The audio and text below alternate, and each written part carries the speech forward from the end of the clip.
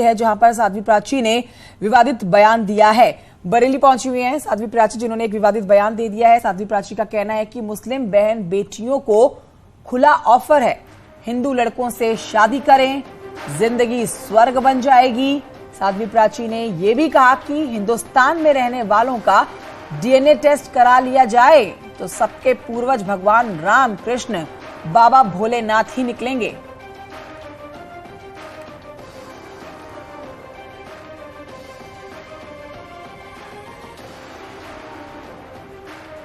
सही पूछे, अगर मुस्लिम लड़की हिंदू लड़कों से शादी करे तो वास्तव में उनकी जिंदगी बहुत स्वर्ग जैसी जिंदगी हो जाएगी।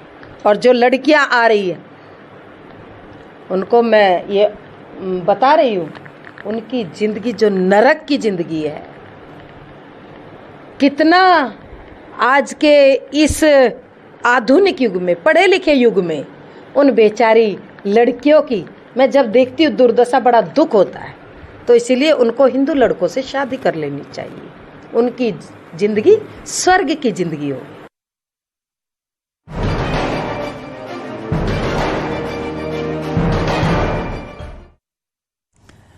और आइए अब शून्य से शिखर तक के सफर की बात करेंगे। भारतीय जनता पार्टी की बात करेंगे, जिनका स्थापना दिवस है। 6 अप्रैल 1980 को भारतीय जनता पार्टी की स्थापना हुई थी। पार्टी आज 44वां स्थापना दिवस मना रही है। इस अवसर पर देखिए देश भर में आज कार्यक्रम किए जा रहे हैं। दिल्ली में भव्य कार्यक्रम हुआ है, उत्तर प्रदेश में भव्य कार्यक्रम हुआ है, उत्तराखंड में भव्य कार्यक्रम हुआ, जिनकी तस्वीरें आप देख रहे हैं इस समय। बीजेपी ने कई कार्यक्रमों का आयोजन किया है। 7 दिन तक ये उत्सव मनाया जाने वाला है सामाजिक न्याय के रूप में। आपको हम दिखा रहे हैं 3 तस्वीरें आपके टेलीविजन स्क्रीन पर। भारतीय जनता पार्टी की ये तस्वीरें हैं आज के सेलिब्रेशन से जुड़ी हुई। बीजेपी ऑफिस यूपी की तस्वीर आप देख रहे हैं, दिल्ली बीजेपी ऑफिस तस्वीर देख रहे हैं, और उत्तराखंड बीजेपी ऑफिस की तस्वीरें आप देख रहे हैं।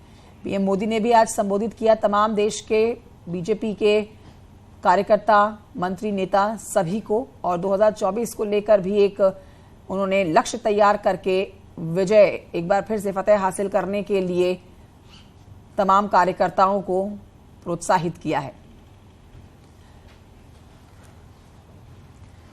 इस बीच आइए आपको कुछ और तस्वीरें भी दिखाते हैं। आपके टेलीविजन स्क्रीन पर हम रखने जा रहे हैं कुछ और तस्वीरें, जिनमें आप देखेंगे बीजेपी के आज स्थापना दिवस के सेलिब्रेशन की ये तस्वीरें हैं। 3 तस्वीरें आप देखिए। बीजेपी का स्थापना दिवस आज मनाया गया। दिल्ली में बीजेपी के राष्ट्रीय अध्यक्ष जेपी नड्डा ने झंडारोहण किया। लखनऊ में उत्तर प्रदेश के मुख्यमंत्री योगी आदित्यनाथ भी यहां पर आज कार्यक्रम में पहुंचे हुए नजर आए, जिन्होंने झंडारोहण किया है आज बीजेपी के स्थापना दिवस के मौके पर। और उत्तराखंड में राजधानी देहरादून में देखिए पुष्कर सिंह धामी पहुंचे हुए थे और इस यहां पर भी झंडारोहण करके आज के कार्यक्रम का शुभारंभ किया गया। तो ये 3 तस्वीरें आप देख रहे हैं। हर जगह पर संबोधन भी हुआ है। मुख्यमंत्री योगी आदित्यनाथ ने भी आज यूपी बीजेपी के तमाम कार्यकर्ताओं को संबोधित किया। उत्तराखंड में भी पुष्कर सिंह धामी ने बीजेपी के तमाम कार्यकर्ताओं को, नेताओं को संबोधित किया। और साथ में दिल्ली में आपने देखा जेपी नड्डा पहले बोले, उसके बाद प्रधानमंत्री नरेंद्र मोदी ने संबोधन किया। तो पीएम मोदी के संबोधन के दौरान सीएम योगी आदित्यनाथ और सीएम पुष्कर सिंह धामी के साथ तमाम पार्टी कार्यकर्ता मौजूद रहे। सभी प्रधानमंत्री मोदी के संबोधन को सुन रहे थे। इस दौरान पीएम मोदी ने पवन पुत्र हनुमान के बारे में विस्तार से बात की, साथ ही सियासी विरोधियों को भी आड़े हाथों लिया। सुनिए।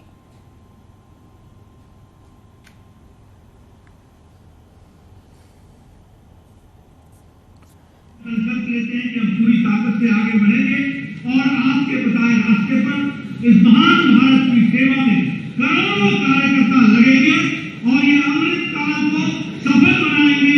2047 तक भारत विकसित भारत बनेगा, इसमें हम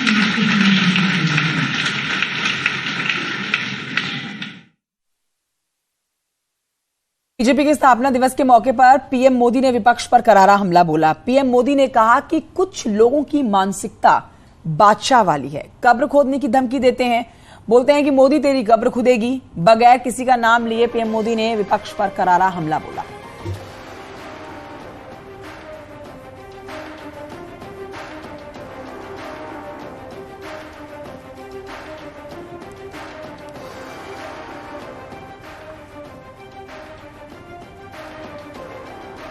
हताशा से भर गए।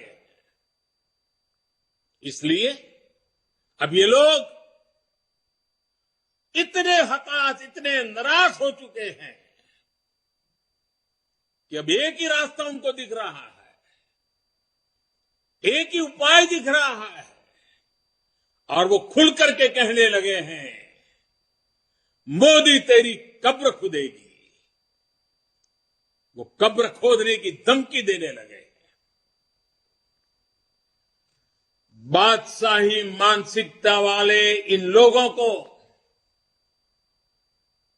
इन पार्टियों को एक बात पता नहीं है, आज देश का गरीब, देश का सामान्य मानवी, देश का युवा, देश की माताएं, बहनें, बेटियां, दलित, पीड़ित, शोषित, वंचित, आदिवासी, हर कोई भाजपा के कमल को खिलाने के लिए, भाजपा के कमल की रक्षा करने के लिए वो ढाल बनकर के खड़ा हुआ है। और आइए कुछ और खबरें आप तक पहुंचाते हैं। अतीक के गुर्गों का नहीं कम हो रहा आतंक, इस पर आपको जानकारी दें। आसाद कालिया ने वकील को दी धमकी।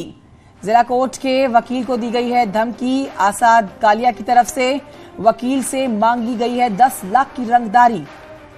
इंटरनेट कॉल के जरिए रंगदारी मांगी गई है। आसाद कालिया उर्फ लंगड़ा 25,000 का इनामी है। ये बदमाश माफिया अतीक के जमीन कारोबार को संभालता है। आसाद कालिया उर्फ लंगड़ा जो धमकी दे रहा है और रंगदारी मांग रहा है 10 लाख रुपए की। सर्वेश दुबे और जानकारी देंगे।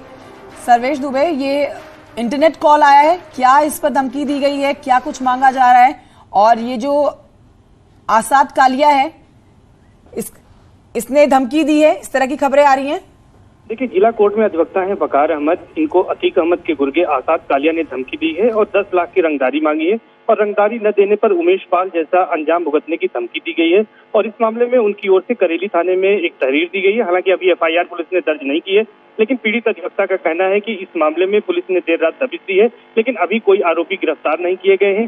दरअसल वकार अहमद का ये कहना है कि वो हिम्मतगंज के रहने वाले हैं और उनके साले ने बीरमपुर करेली थाना क्षेत्र में एक जमीन खरीदी थी जिसे वो रीसेल करना चाहते हैं और उसी को रीसेल करने के लिए वो कल शाम 4:30 बजे करीब पहुंचे थे, जहां पर उनको इरशाद उर्फ पुल्लू और 4 अन्य लोगों ने घेर दिया और उसके बाद गन पॉइंट पर लेकर इंटरनेट कॉल के जरिए आसाद कालिया से बात कराई है। आसाद कालिया वो शख्स है जो कि अतीक अहमद की जमीनों का काम देखता है और इसके साथ ही साथ जीशान उर्फ जानू ने जो 31 दिसंबर 2021 को करेली थाने में FIR दर्ज कराई थी उसमें वो अभियुक्त है और इसके साथ ही साथ उस पर 25,000 का इनाम घोषित है।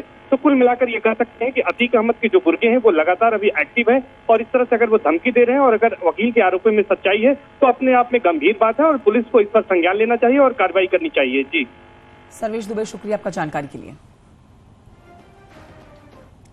और आइए आगे बढ़ते आपको बताते हैं 3 वरिष्ठ जेल अधीक्षकों के तबादले किए गए हैं। रंग बहादुर को नैनी जेल की जिम्मेदारी दी गई है। नैनी जेल के जेल अधीक्षक बने हैं बहादुर विपिन मिश्रा को बरेली जेल की जिम्मेदारी दे दी गई है। बरेली सेंट्रल जेल के जेल अधीक्षक विपिन मिश्रा को बांदा जेल के वरिष्ठ जेल अधीक्षक वीरेश शर्मा,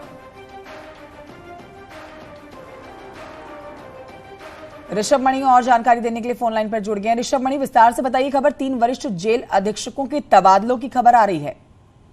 देखिए, बीते दिनों इन 3 जेलों के ही जो सीनियर जेल सुपरिटेंडेंट थे उनको सस्पेंड किया गया था। अलग अलग वहाँ की शिकायतें थी और अब वहाँ पर इनकी तैनाती की गई है। वीरेश राज शर्मा को सख्त अफसर माना जाता है, उनको बांदा जेल का वरिष्ठ जेल अधीक्षक बनाया गया। बांदा जेल में ही माफिया मुख्तार अंसारी बंद है। तो वहीं विपिन कुमार मिश्रा को बरेली सेंट्रल जेल में सीनियर सुपरिटेंडेंट बनाया गया, वहाँ पर अशरफ बंद है। नैनी में अतीक का बेटा बंद है, तो वहाँ पर रंग बहादुर को बनाया गया है। तो जिस तरह से शासन की मंशा के मुताबिक ये पोस्टिंग हुई हैं और जहाँ पर हाई प्रोफाइल कैदी बंद हैं वहाँ पर ये तैनातियां की गई हैं ताकि जो शिकायतें आ रही थी कम से कम वो शिकायतें बंद होनी चाहिए और जो शासन की मंशा है उसको सख्ती से वहाँ पर लागू करवाना चाहिए। ऋषभ मणि, शुक्रिया आपका जानकारी के लिए। एक छोटे से ब्रेक के लिए रुकना होगा, कहीं मत जाइए, जल्द लौट रहे हैं। आप देख रहे हैं न्यूज़ 18 उत्तर प्रदेश उत्तराखंड।